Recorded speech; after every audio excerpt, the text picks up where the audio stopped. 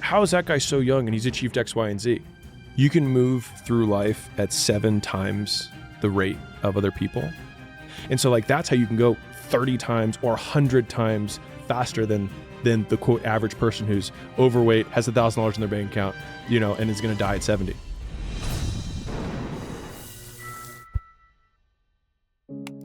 The heaviest things in life aren't iron and gold, but unmade decisions.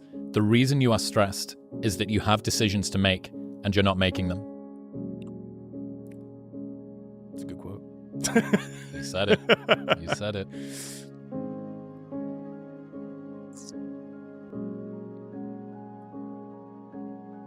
I think a lot of times the decisions that we make are predicated on the conversations we need to have, because usually and what's interesting is like, you can define commitment by eliminating alternatives.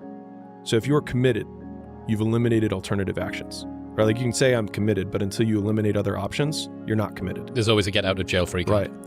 And so a lot of people make decisions to end relationships, to quit their job, to start the new thing, but they don't become committed to the decision until they remove the other options. And then you're forced to take action on it. And so I think actually defining those two different things. Now you could define, decision as to kill off, like decidere from Latin, but from a colloquial thing, I think there are 2 different instances. It's like, I need to change this, and then I do change it. And the making the decision is when it becomes a commitment. Why are unmade decisions so heavy? I think, at least for me, it's because I have this hamster wheel on the back of my mind where I keep playing out different scenarios. And so I keep thinking like, well, maybe I need to change what I'm currently doing. Maybe if I just rethought, like, cause I'm a big frame guy. So I'm like, maybe I just need to be thinking about this differently, right? Or maybe if I zoom all the way out, the earth doesn't exist. So maybe this doesn't matter. Or maybe I'm just making a problem that doesn't exist. Maybe the best action I should take is nothing, right? Like I reframe all those things. But usually it's just because I'm afraid of something.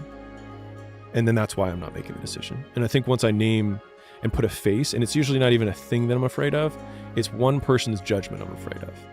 And then when I name the person, then it becomes real. Instead of being this amorphous, like people, society, judgment, it's like Tom. Like, do I really care what Tom thinks? I guess so. It seems like I'm not making this big change in my life because of Tom. Looks like Tom's more in control of my life than I am. Dude. So I remember this. When I was 19 years old, I was super angry, like all 19-year-old men, right? That's the standard default, right? I was angry at both my parents because I was 19, right? And I remember blaming them for everything, blaming them for my life, blaming them for not being a better person. I literally blamed them for being a bad person. And I remember realizing that when I blamed them, that I gave them control over my life. And then the idea that the people that I hated the most at the time were the ones who actually were controlling me was the thing that most sickened me, to then actually flip my narrative to actually taking control. Like, that was the one thought process. Like, my mother, I'm giving her control over my romantic like my mother controls this? That. I was like, no. And so like, just the idea that somebody who I was disgusted by at the time had that much power is what gave me the power to start taking action. So this hamster wheel thing that continues to distract you, I've got this concept called anxiety cost.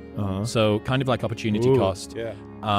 When you have an unmade decision, every single second that you spend thinking about the unmade decision could have been gotten back had you just made the decision. Oh yeah. And realizing that it's a justification for eating frogs earlier in the day. I need to answer that email. The longer that you wait until you answer that email, the more times you will think the thought, I need to answer that email. Yeah. And if we assume that what truly, truly matters in life is the time and the attention that we spend within that time, your time is being captured and your attention is being captured by a thought that could have been gotten rid of had you have just done it. Had you have just had the conversation, broken up with the relationship, left the job, told the father, whatever. Done your stretches, cleaned your teeth, had a shower, whatever it is that you needed to do, all of that anxiety cost could have been gotten rid of had you just gone and done it. You can move through life at 7 times the rate of other people by simply changing when you say you're going to make a decision from end of week to end of day. So think about how that stacks up. So it's like, let's say that there were 4 decisions that you needed to make. If the normal person takes a week to make the decision And then their mind moves on to the next thing that they have anxiety for and start making that decision and decide another week, decide another week, decide another week. It's a month to make those 4 decisions. Whereas the Superman that takes one decision day 1, second decision day 2, third decision day 3, fourth decision day 4, they aren't even finished the week yet, and they're where the other person is at the end of the month. And like that speed of decision making, like not paying the attention cost, the opportunity cost of your time, I think it's really profound in terms of how quickly people move through life, in terms of achieving the goals that they set out. Because people are like, how is that guy so young and he's achieved X, Y, and Z? It's like, well, what takes you a month to make a decision, we make in an hour. And then the next hour, I make another decision that takes you your next month. And so like, that's how you can go 30 times or 100 times faster than the quote average person who's overweight, has $1,000 in their bank account, and is going to die at 70. Can you just go back to before you made that first decision with your dad? Because you've mentioned it, people might look at your, I would say, ruthlessness, at least in some regards, with decision making, hiring and firing and making these business decisions. And there's all of these great stories about, and I had this thing and I realized that partner wasn't right, so I got rid of that business. And, that's the sort of thing that would tear most people up for 6 months, 18 months, maybe forever. Yeah. And to look at that degree of cutthroatness, or at least decisiveness, I think is almost unfathomable for a lot of people. Are you a representative avatar? Is pre-leaving Baltimore Alex a representative avatar for the average person? I think so. I mean, I was high achieving. I did well in school. I tried hard.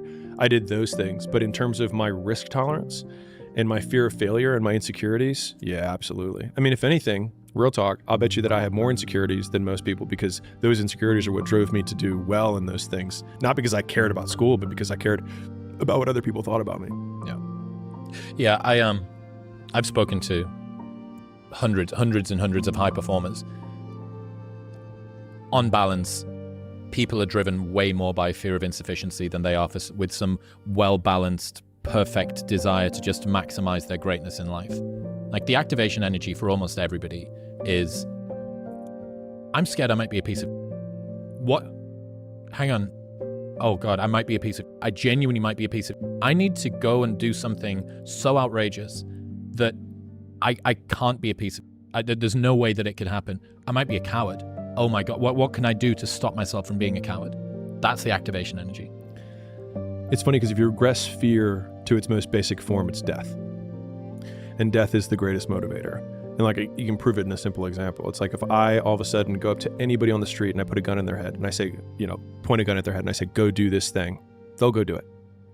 But if I say, you can have anything you want if you do this, they're willing to go 10 times harder with a gun in their face to not die.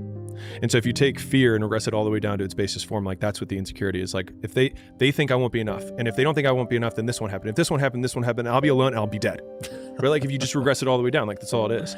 And so like the biggest achievers in life, I think have most directly tied them not doing whatever it is that they want to do to death, whether they're consciously aware of it or not. And then that's what motivates them harder.